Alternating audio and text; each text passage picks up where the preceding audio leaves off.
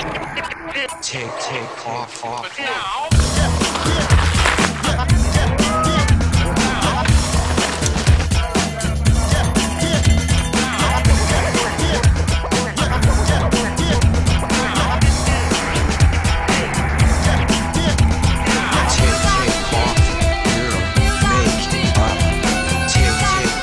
On this week's show, we're going to talk all things Tour de France. We're going to catch up with our young gun of WA cycling. We'll talk the national round of the Cyclo Cross, and we'll do a few catch-ups on how Levi's going.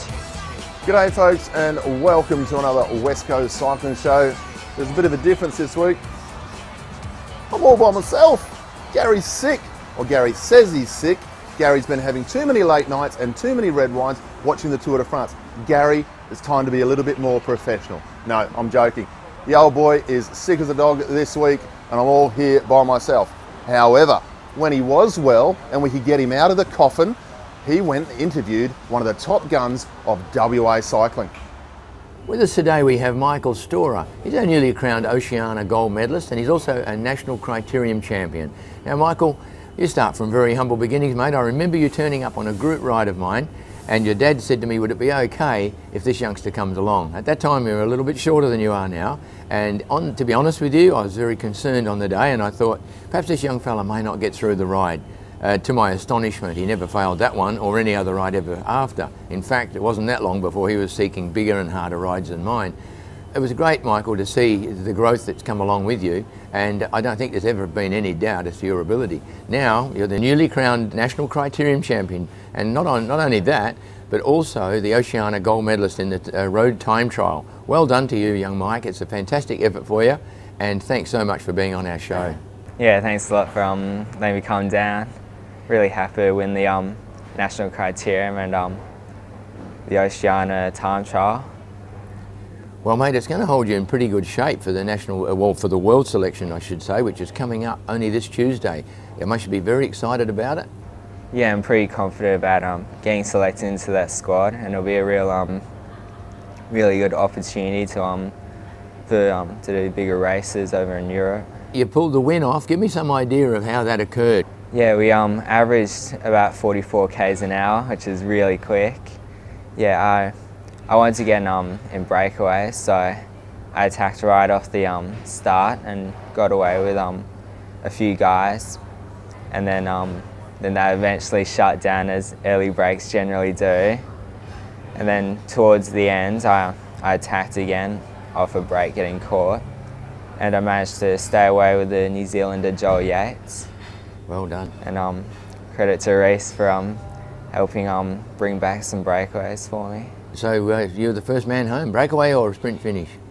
On paper it almost looked like a bunch sprint, but I think there's a 2-second gap between myself and the peloton. Well, Mike, it's a possibility you'll have a couple of other teammates alongside you for the World Championships. You know yourself, with those results you must be feeling very confident at this stage of making the team. Yeah, it'd be great. And we're also, Jai Hindley and Darcy Protto are looking pretty good for selection as well, so you might even have 3. And Michael, I noticed that the track seems to be another one of your favourite cycling events. You do very, very well in pursuit. You do very, very well in the point scores. Give me a bit of an idea of what you do like best on track, because right now it looks like you can take your pick on those events. Probably the point score, but I also like the pursuit. I can't really decide between them. Great. Well, I think the best process there is keep on winning. One of them is going to stand up alongside the other, perhaps a little stronger, and you do really well. And an observation I made on the track very recently, mate, you lined up in an event, a point score. We had Trav Meyer there, we had all the best riders around town, and I tell you what, there was a moment there when I thought you were going to win that race. It was a terrific performance. It showed me just how determined you are and what your level of ability is. And I don't know what your favourite thing is, but that certainly to me stood out. The point score was an awesome event that day. Well done to you, mate, and continued improvement. We wish you all the very, very best from our cycle show anyway, and hope that you make the national selection. We'll be the first guys to know, and we'd love to report that. Yeah, thanks a lot. Take off now.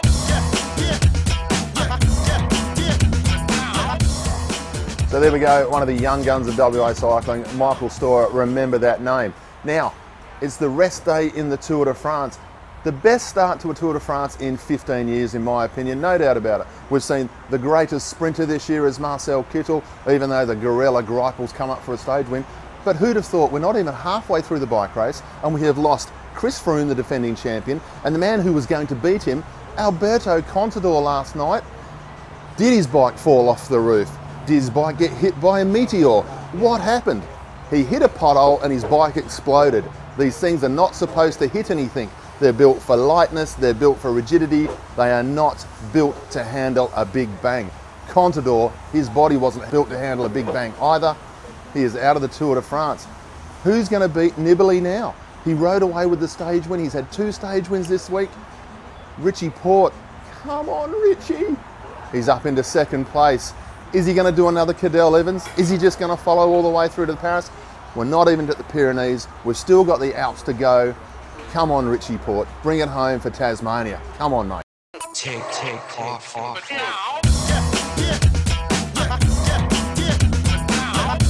So this weekend we saw the round of the National Cyclo Cross Series here in Western Australia. Day 1 was at the Midvale Speed Dome. Day 2 at Garvey Park out at Belmont. Now, I am sold on cyclocross. I've been reading about cyclocross since I was 5 years old in the British Cycling Weekly magazine. I'm telling you right now, get on board with this sport. We don't need to worry about building our road season. Let's keep our road season strong just the way it is.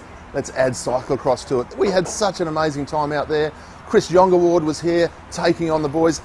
Absolutely smashed the field. He's just on another level when it comes to cyclocross. We saw the Focus cyclocross team. 1 or 2 of their boys were going well. One of their guys was a little bit slow out of the mark.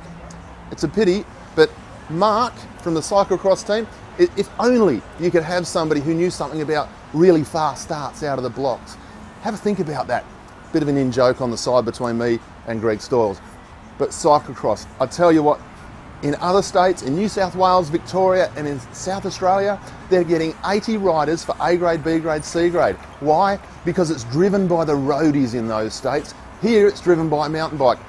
Oh dear, roadies and mountain bikers don't speak to each other. It's time to come together. Let's get cyclocross happening. It happens on a park.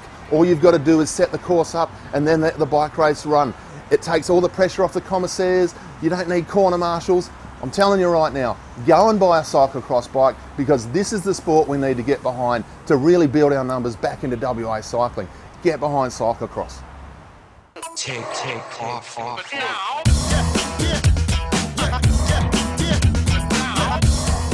So just a quick wrap up on our little mate Levi. He's in America at the moment, checking out the doctors over there. They've given him a few thumbs up, but there's still a long way to go. One big thank you, well, the first of my big thank yous here today. Matt Deck, former national road champion in the Masters division. He contacted me during the week. He is donating a jersey that cost him at auction around $2,000. It's the Australian team jersey with everybody's signature on it. Kerry Mears, Anna Mears, Scott Sunderland, Sean Eady, just to name a few. That will be going into our auction. Based on that, Graham Brown contacted me from Belgium. He is going to get us a Belkin jersey signed by the team. And of course, Turbo Durbo has come to the goods. He is getting us an Orica Green Edge jersey signed by the team. So that's 5 jerseys, including the one we've got from Kate Bates, including the one we've got from Jack Bauer. So a big thank you to everyone who is supporting us with Levi's Leukodystrophy Challenge. Top Bloke of the Week award goes to Matt Deck. Thanks, mate, for the jersey. Thank you to everyone who is donating stuff just at the moment. Well, that's it for this week's show. We'd like to say a big thank you to Crank Cafe down here in Leederville for letting us use their umbrella. Sun's coming out now, thankfully we don't need the umbrella anymore. Everyone have a lovely week, enjoy the tour, and we'll see you next time.